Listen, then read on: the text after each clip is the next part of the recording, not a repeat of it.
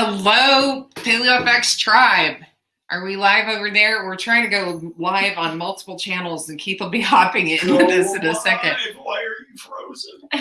Is it not going live? Then it's There's a probably picture. just like, whatever. Hold that thought. Okay, never mind. Okay. Oh shit. Breaking. So Watch out! we are so glad if you are joining us. Just throw in your name, tell us where you're from, so we can shout you out. Yes. Type it in. Anyhow, yeah. We are here with our friends, the Witties, who are trying to actually be our. We're trying to be helpful. Cole's trying to be our IT over there. Tech support! And what is Maybe. that? Oh, That's Brandon with a that's shotgun. Brandon with the shotgun. That's hysterical. Okay. All right. So we are coming to you live about Paleo FX Virtual. And I see a bunch of people have jumped on. So just say hello. Tell us who you are in the comments. Hey, Jeremy, I see you. And where you guys are watching from. I don't have my glasses on, so y'all are gonna have to keep track of that. Yes. I know that Yes, that's Jeremy simply because of how long his name is, and I can see that part anyhow. So we are here with Ta and Cole Witty, speakers of Paleo FX, and they will be speaking at the virtual this weekend. Yes. You want to tell everybody what you guys are going to be talking about? We're going to be talking about psychedelics. Psychedelics. That's super psychedelic, bro. Yes. So, for us, one of the things that's really come to the forefront for entrepreneurs and in the wellness space is psychedelics for optimization, not only from a therapeutic lens. So it's something that when you start to understand how the neurons fire and how people create habits, whether through repetition or through impact, then when you understand when psychedelics can be really beneficial, whether by micro, mini, or macro dosage, it can make a huge impact in someone's business growth, their personal relationships, their communication growth, and knowing what to watch for as more places decriminalize and even legalize therapy with psychedelics. It's knowing what questions to ask if you find yourself, whether it's in ketamine clinics, or other psychedelic spaces, understanding some of the key things to watch for as well from a safety perspective. Yeah, safety as in safety of your mind, Mm-hmm. safety of your body, safety of your emotions. The container that you participate in psychedelic experiences is super duper important. And we're going to be talking about all of that this Saturday. Yes. Paleo effects, so important for anyone that is looking to delve into or has been curious. Is psychedelic curious? Are you psychedelic curious, baby? If you're curious about psychedelics, we are deeply embedded in psychedelic therapeutic situations and optimization space. Yes. We are about optimization, and we don't call psychedelics from our lens medicine. We call it psychedelics and power plants, because we are about empowerment of the individual so that we can have an empowered society As together. teachers and allies versus something that's going to fix you, because ultimately you are co-creating an experience. As they say, set and setting and intention plus integration are key components for having not only still a therapeutic experience, because those things can certainly come up. It's just looking at the fact that when you can let go of personal shame that you aren't bad, broken, or wrong, and you realize that, yeah, there is some work and powerful experiences you can have with psychedelics, it's understanding that I got a clear message in my own exploration or a journey that I was in that said, if you keep digging in the dirt, you'll find it. Mhm. If you want to create, you have to look to the stars. So at what point do you stop digging and have a self-trust that you have the awareness necessary for transformation? We're going to talk about the transformation track, the 3 energies of evolution, what psychedelics are supportive at what stages of your evolution. We say snake, puma, and condor. We identify where people are in transformational processes and in personal processes, and find that by having some framework for this kind of experience, for this kind of exploration, it can save people years. And we're having a lot of people that have gone down to Costa Rica, gone to Peru, and come back to us, and it's 2 years for us to get them back on track after traumatic experiences with psychedelics. And so we're really looking to mitigate what we've been seeing the last 2-3 years, especially, so that people can ask the questions, know what to anticipate without expectation, and how they can have a framework to work from as they explore these practices. Yeah, psychedelics are coming back into vogue. And they were in vogue in the 60s and things got kind of shut down. And now that things are becoming more accessible, people are really looking to explore. And it's really important for you to explore in an environment that's safe with people who know what they are doing. If you're going to get into psychedelics, please work with somebody who knows what they're doing, because you don't want to end up in a space where you create habits that are negative. You've already got negative habits that you're looking to undo. I know I do. All of us here have been doing our work, our explorations into the repatterning of our nervous systems away from old dysfunctional habits that don't put us in places where we want to be. And so it's really important for you, as the person who's going to be watching us this Saturday on Paleo Effects, to know that we are here with your best interest in mind, and we're going to tell you some tips on how to find practitioners who are functional and who are all about you and your expansion, that are not going to put you into a dogmatic space, put you in a corner, shame you, and embed more of that stuff into your nervous system. So we really want to show people the amazing openings that we've had. All of us, every person that you see here on this screen has had some amazing transformational experiences with psychedelics. And me being a nurse for 25 years in New York City, being brainwashed away from any kind of substance that would alter me, except alcohol and cigarettes, right? Which are the bane of our existence in this world. We've moved into a space of understanding that psychedelics are actually really, really highly functional when they're utilized in a setting that's safe. And that's one of the things we will share a little bit about our personal journeys, how I resolved medical conditions, not by psychedelics alone, but in collaboration with facilitation and dietary changes, lifestyle changes, boundary, we'll say creation, and how that helped me resolve endometriosis and ovarian torsion, a lot of fibromyalgia, arthritis, just migraines. The list kind of goes on. And yes, diet and lifestyle changes, I feel like we're 65-ish% of my growth and getting pain-free. That other 35% was the stories and the self-loathing and the self-hate that I was governing really most of my experiences from. And so that's an important part of the conversation as well, that it's not a cure-all. Doesn't mean there can't be huge breakthrough at moments. It's also recognizing that these little micro changes a year down the road, 5 years down the road, put you in a completely different trajectory for growth. So a lot of times entrepreneurs can get caught in Puma energy, which for us signifies faster, harder, more, now the hunt. It's a powerful place to be. It's recognizing when it isn't functional. And if you're using plants or psychedelics that are supporting that structure or that habit, it can actually lead to a somatic or body crash of the adrenals, adrenal fatigue, and really having to renegotiate your entire system.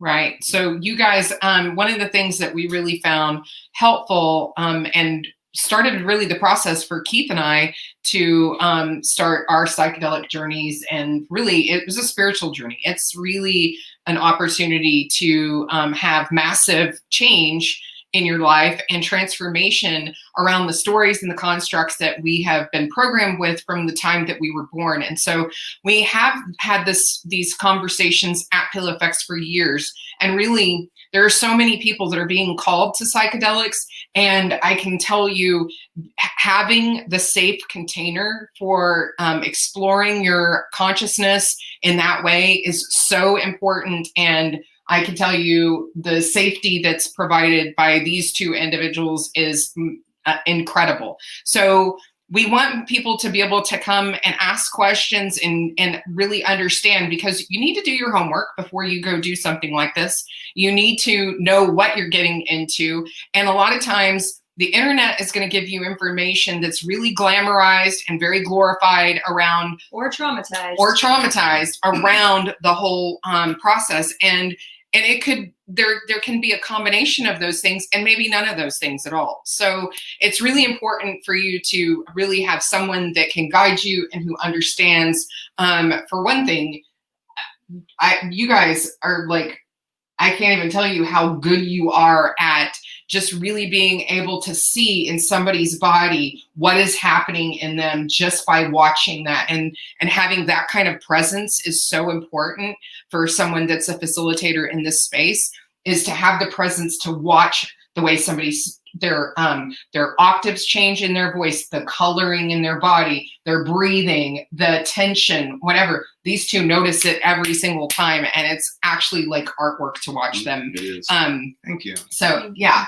well, Spectacular. it's true. And so just wanting to make sure that if you are feeling called to this, that you get a chance to ask questions from people who know and who have great background information. And having been a nurse for 25 years, that is like a safety net that's really amazing, is to know that somebody knows how to operate in an emergency in that setting. And it's also, 20 years ago, I was working for Partnership for a Drug-Free America. I was completely absorbed in the once an addict, always an addict paradigm after overdosing into a coma from substances. So there was a lot of dogmas to overcome with that as well, as far as the disempowerment of some practices and seeing their value, and also seeing the limitations, as with anything, whereas the opportunities. And for me, it's been 13 years of exploration in this type of work, and leading trips to Peru and working with various backgrounds and belief structures around it. And we have really found that there's not one way that is the right way. We have found ways that have caused tremendous damage. And most of it comes down to what resonates for you. If you like people slapping you in the face with feathers, you can find someone. If you want someone to never say anything too woo-woo, you can find that. It's knowing that even throughout this experience and this exploration, our real intention is looking for the overarching oppression, whether, because what we find is oppression is really a very personal experience that expresses in an outward experience. And so by really getting into where you are self-oppressive, where your environment is oppressive, helps to bring awareness so that we can make changes. And so that it's not a constant reactive state that we're operating from, or a heightened nervous system that is fight or flight. And in a psychedelic container, you can actually rewire your neurology, your physiology, and all of the ologies, as Ta says, to shape your life the way that you want, and really creating a life team around the life you're looking to have. Because just going for one psychedelic experience or 1 month in Peru, when you go back to your original environment, if there is not an environment or a system to support the changes, people fall back in, and the cycle will go back to its oldest habits and patterns. And we're going to talk about integration, which is the melding of you, your identity, and your environment all together. And the people outside of you are the people in your environment. So the integration of what you've learned about yourself, the new processes that you're creating, the habit formation that you create in a fraction of a time that you would outside of a psychedelic space, how to integrate that in real time. We'll talk about this stuff and how to seek people who can help you with this moving forward after your psychedelic and during your psychedelic journeys. I could say that it has absolutely changed my life, and I think I can speak for Michelle. It's changed her life, and it's changed our lives together. Done in the right way with the right people in the right container, it's magical, and it is life-changing. Yes. At the end of the day, when you look at what a paleo lifestyle is supposed to be about, and I say suppose in air quotes, it's about being connected back to the earth again, which, whether it's psilocybin mushrooms, whether it's ayahuasca, wachuma, San Pedro, that connects us back to this unified understanding. And that if we really go back to when we were eating clean and all of that, then we were connected to it all. And this is kind of that anchor point, because if we don't look at the entire system of a human, then we are not looking at a holistic approach, which I have perceived as what Paleo Effects has always been about. Right. Absolutely. 7 pillars of health. And this one takes on mental, emotional, relational, spiritual. It can get into the financial because of the fact that we work with entrepreneurs, and then of course tribal. And so we're getting into almost all of them. And then shockingly, you would be surprised that this can actually go into the physical. So all 7 pillars end up getting touched in psychedelic space, which that's one of the things that I can say for us It has been so impactful, not just on us each individually, personally, on our relationships with each other, which, and then the other part of this too is our business. It completely changed our business because of the fact that we perceive the world from a completely different perspective. And now we see people where they are and not where we think they should be. So it's a completely different way of thinking. And the other thing too that we've learned so much from working with Cole and Ta is also understanding that most people operate from a position of what they are wanting to get away from versus what they want to go to. And that is so key and is so important. And that's probably one of the biggest things that we focus on together when we're working together is getting you motivated toward what you want and stop worrying about what you don't want. And so anyway, I think there might be questions. That's blurry and there's a lot of stuff. So if there's questions. Jeremy, yes, shout out to MAPS for sure. They've done lots of very, very difficult work, and they are the tip of the spear. But also shout out to the people like Ta and Cole who are doing this in the trenches, in the groundwork, because we have to have both sides of it. We have to have the governmental push and that side of it, but we also have to have fantastic boots on the ground practitioners to be able to do this work. So that's very important. Yeah. There was a question about what is a psychedelic container? It's the container that you have your psychedelic experiences in. So there are some people who will take psychedelic substances in their house, and they may not be, by themselves or with their family in the other room, and they may not feel safe, or they may not be able to be vulnerable completely. That is a space that may not be a safe container. A container is a place that you can be held. You can be held safe. Nothing's going to come get you. You don't have to worry about your physical harm coming to you. You don't have to worry about the police coming to get you. You don't have to worry about anything. You don't have to worry about being judged or someone saying that you're wrong for feeling the way that you're feeling or shaming you or anything like that. That is a container where you are held.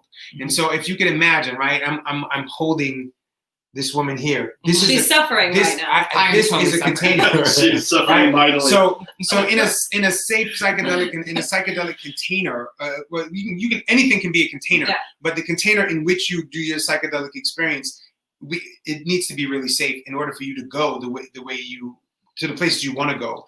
When the human body is in a place where it does not feel safe, there is a limit to where it can go because there is an activation of the nervous system in the sympathetic realm. And I'll talk about all of this during our talk. I'll talk about the parts of the brain that get activated that can prevent you from having an experience or glue in a habit of blocking you from expanding into other experiences. So I hope that answers your question. And Jules, yes, please do come into Austin. I think you're still in Del Rio, if I'm not mistaken, or somewhere in that area. But yes, please do come into Austin. Yes. Let's chat. Yeah. Love to introduce you to Ta and Cole if you didn't know last year at the event. She was at the event last year, so you probably might have met them, but I'm not sure. I know that we have a Facebook. It says Facebook user. You need to give permission to StreamYard to be able to put your name and profile picture on there. So if you want to say anything to us, so I don't know who that is and what is. Andy, you can see the talk if you sign up for the PaleoFX Virtual. Yes, for the PaleoFX Virtual. I will put the link in the comments here if you. I'll put the link in the comments in a minute. She'll put the link in the comments. I just want to make sure we don't have any other questions. The psychedelic paradigm is shifting to self-growth and advancement. Yes, Jeremy, big time. There is a big shift away. Things kind of went off the skids in the 60s. Although it started off in the right direction, kind of went off the skids. And I think as a culture, we've learned plenty of lessons from that time.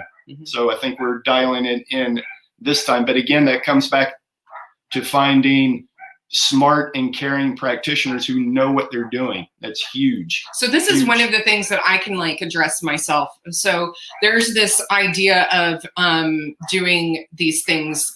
There will be a lot of people that would be like, oh, well, that's drugs and I don't want to do that and whatever. And there's a big difference between doing these things recreationally and doing these things for the escape.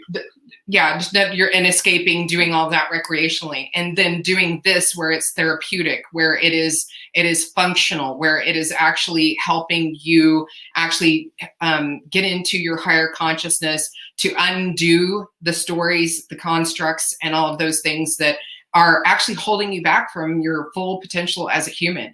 And so I would say, like, I know that for me, initially, I was like, oh, well, mushrooms are not my thing. I did not do well on them. I felt really, really paranoid and really in a not in a good place. What I realized, it was the setting. It was the container.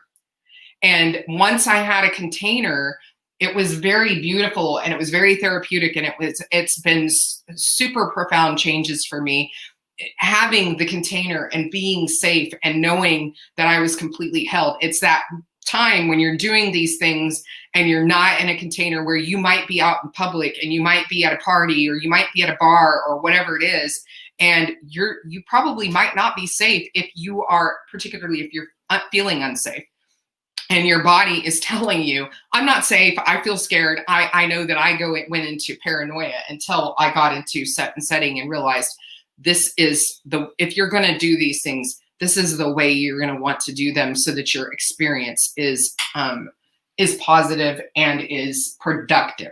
Yeah. There's a question from Andy right there about microdosing. You guys want to touch on that quickly? They'll talk about I think this. they're going to talk about that. We're going to talk about that because it's a conversation. It is. It's not really something just, we post and kind of, there's a lead up to understanding kind of the when, the what, the timings, what's going on in your life, your health. Like, there are considerations, and it's going with what you were saying about setting, Michelle. Ketamine clinics are a great example of, they're accessible in many places for people, and I've been seeing that ketamine clinics that are taking place in more clinical settings, as far as like it's the table you usually lay on and the machines you can hear, then I'm seeing people having more adverse or a more challenging time integrating the experience. And this is a legal practice that a lot of doctors are moving into. And it's understanding that even that setting comes with preconceived somatic or body reactions. So if you have a fear of going to the doctor and you enter a psychedelic experience like ketamine would be, it can actually bring up or inhibit where you go because your body's instinctual intelligence doesn't feel safe. And so it's something that, even if you're looking to explore it in a clinical way, in a therapeutic way at a ketamine clinic, going and seeing how you feel in the space before you even enter into a ketamine session, because that all matters. The setting intention, whether it is psilocybin or ketamine, is exponentially impactful in either direction. And understanding even the questions that, and some of the things we'll cover on Saturday, will really arm you with some more framework and understanding in ketamine clinics as well. Yeah, little something that I wanted to share before the weekend is, there are a lot of, coming from a person who's a nurse, there are a lot of misconceptions around psychedelics and entheogens being street drugs. And people have used them for recreational purposes and such. And there's a lot of studying around psychedelics being used for very, very therapeutic and very, very expansive spaces when people know how to utilize them. It's like, I wouldn't give you cardizem, right? On the street, here, take this cardizem, man, it'll make your heart beat this way. Nobody's going to do that. And well, that was a terrible example. I was like, wait a minute. Listen, I have shitty examples for days. Anyway, so listen, so the idea that psychedelics or street drugs is an old concept. And it's time for us to start moving into a different understanding of what this is. I was brainwashed as a healthcare practitioner that anybody that did any kind of substance outside was wrong, broken, bad. There was the dregs of society. If anybody came in the ER after doing mushrooms or Molly or anything like that, I immediately put them into the druggie situation. I was taught to judge and not to actually be able to see what was going on with these people as individuals. And so, as I learned more and more that through my career, I never saw one person die on any psychedelic, any entheogen, not ayahuasca, not San Pedro. I've never seen anybody injured or die from weed. And that's not even a psychedelic, well, an entheogen, right? Yeah. It's a psychoactive. But I've never seen anybody die or be seriously ill from any of these things. They've had some reactions and some responses. And this is New York City. And this is New York City. Yeah. Okay, I worked in Manhattan. Okay, Manhattan, Queens, Bronx, and Brooklyn. I've worked in all of these places. And so really detaching from the idea that these things are street drugs that are dysfunctional and it's only for bad people, it's time for us to really change that. Because, you know, the way I was brought up in the healthcare system was to keep people sick and keep them coming back. And so when a person does psychedelics and they become empowered, they don't get as ill, they don't get as sick, so they don't go back into the healthcare industry. So it is a function of the healthcare system to actually put psychedelics down. And now now that the younger crowd is starting to come up in the healthcare administration space, they're starting to push the agenda of psychedelics because they understand it more than the older people that built the system around keeping people down. Bro, why'd you point to me though? The older people. Why you fucking on my flow, bro? So I'm gonna take this chick and some psychedelics and we're gonna have a talk now. So you know, I really wanted to just drive that home. There's a lot around shaming substances and putting them down and keeping us held back. So I invite you to come to this. I invite you to come to this. Sorry. To come to our session in virtual paleo effects, because we're gonna have a lot of really awesome stuff to talk about. And so someone just asked a question about our view between deep meditation and psychedelic. They're just different. And just like people like different movement practices, there's different access points to down-regulating your nervous system. Some people can have a psychedelic experience just by doing meditation. Some people have had trauma or experiences that have kind of compartmentalized or separated their imaginative space. So they're actually unable to imagine or even access a psychedelic experience, even in meditation. So I think that versus comparing, just recognizing the differences or which one offers what access point and what feels like, you know, maybe you don't feel safe with psychedelics, so you go into meditation or transcendental meditation and you explore that and find that you aren't gaining the access you need because of rigid or PTSD or elements of your neurological habit and patterning that is getting in the way of that imagination space. Because ultimately, psychedelics, meditation are accessing connection. And so lots of things can get you connection. Shibari rope tying and what people call like connection. Yeah, so there's lots of containers when done safely, intentionally, with support. Yoga, you know, and it comes so much down to the container and the person that is in charge of the container, your safety within the container. If you go into even a yoga class with someone you don't feel safe, that they're giving you poses that are not going to hurt you, that's going to create a reaction in the body. So it's more getting out and learning. Maybe you go to different types of classes, you'll feel some little push, some little drive, and the intention you put into finding the entry point that is functional for you will pay tenfold or show up or manifest tenfold in your life because of the intentionality. And if you're looking for one thing to fix you, it's not psychedelics either. So it's another level of awareness. And sometimes the awareness people get is that even psychedelics and ayahuasca can't save them. It's really getting us back into that empowered state. Right. I completely agree. And one of the other things too is that, and why the whole Paleo Effects virtual event is really important for you to take part in, is because our environment, our food, all the structures that are set up actually to cut off that access point for us to have the connection to higher self, to consciousness, to God, source, universe, divine, whatever you want to call it. So our systems are designed to keep us separated from that, to keep us separated from each other, and for us to believe that we are not connected. And so that's one of the things that's been really great for me, is having done psychedelics and then being able to access that through now meditation. I don't have to do psychedelics to have a psychedelic experience in my meditation. And it's now because that access point has now been popped open. Your pineal gland is really what I'm talking about, is getting that access and opening that up. And when you have that access, it's complete connection. It's there's nothing like it. It's life-changing. So we're super stoked that they're coming and they're going to be speaking. Yay. Saturday. So at if our you go to, it's paleoeffects.com// virtual. And yes. she'll put the link in the comments as and well. I'm going to do that right now. So we're in the middle of the day. I feel like we're around 1 p.m. I have to check, but. So we're excited to share Todd and Cole with you guys because we get them here in Austin. We get to hang out with them quite often, but we love sharing them and their knowledge with everybody because they are rock stars in this space. Seriously. Yeah, seriously. It's my air guitar. All right. Best of the best. So definitely come on Saturday. Are you guys doing breakout and questions or no? We don't have scheduled we don't have scheduled a breakout, but you can leave questions in the stream. We will answer them even if we don't answer it in the class.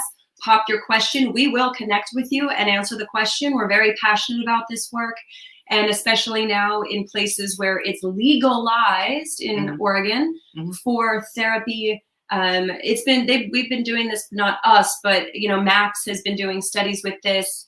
Johns Hopkins just opened a $17 million research, Mayo Clinic. So it's not so taboo anymore. Now we've got studies to support what many of us have known for quite a while, and many of us found because it was that or end it. And this was really, for me, the only option left with the amount of pain and distress that I was in. I was willing to try anything, even if that meant going against my beliefs or my fears or other stories I had created about substances and plants. Yes. So lots of really great information on Saturday. You definitely want to join us. You can get a pass where it's just 1 day, or you can get a pass to be able to have access to everything for 30 days, which is not that much more expensive. It's actually a much better deal, I think. And we have speakers like Dave Asprey, John Gray, who is of the Men Are From Mars, Women Are From Venus fame, Jim Quick, Dr. Alan Christensen, Dr. Steve Gundry, Dr. Tom O'Brien. We're really heavy on the doctors this year. Dr. Dan Stickler, Dr. Micah Hamilton, Reed Davis. Yeah, Reed Davis, Dr. Paul Saldino, Dr. David Jockers, Dr. Petra Shojai, Dr. Anna Kubeka. Love her. Dr. Elena Villanueva. Love her. We love we all love of these. All of you. Nick Ortner, Dr. David Berselli. This is also something that they're trained in his work. Love that work. Dr. Molly Maloof, Elle Russ, Dr. Trevor Cates. She's really cute and hot, and so don't let her name fool you. What time she get going? That's why you need the 30-day pass. That's right, I need the 30-day pass. The same one. Yeah. Michaela Peterson, Dr. Barry Morgulin. This is Ben Greenfield. Let me tell you, the list goes on and on. This is not the only people, but these are some of the main people that you guys probably know, and you're definitely going to want to check it out and get that 30-day access. So make sure that you get your tickets. I think we're going up on prices on Friday, if I'm not mistaken.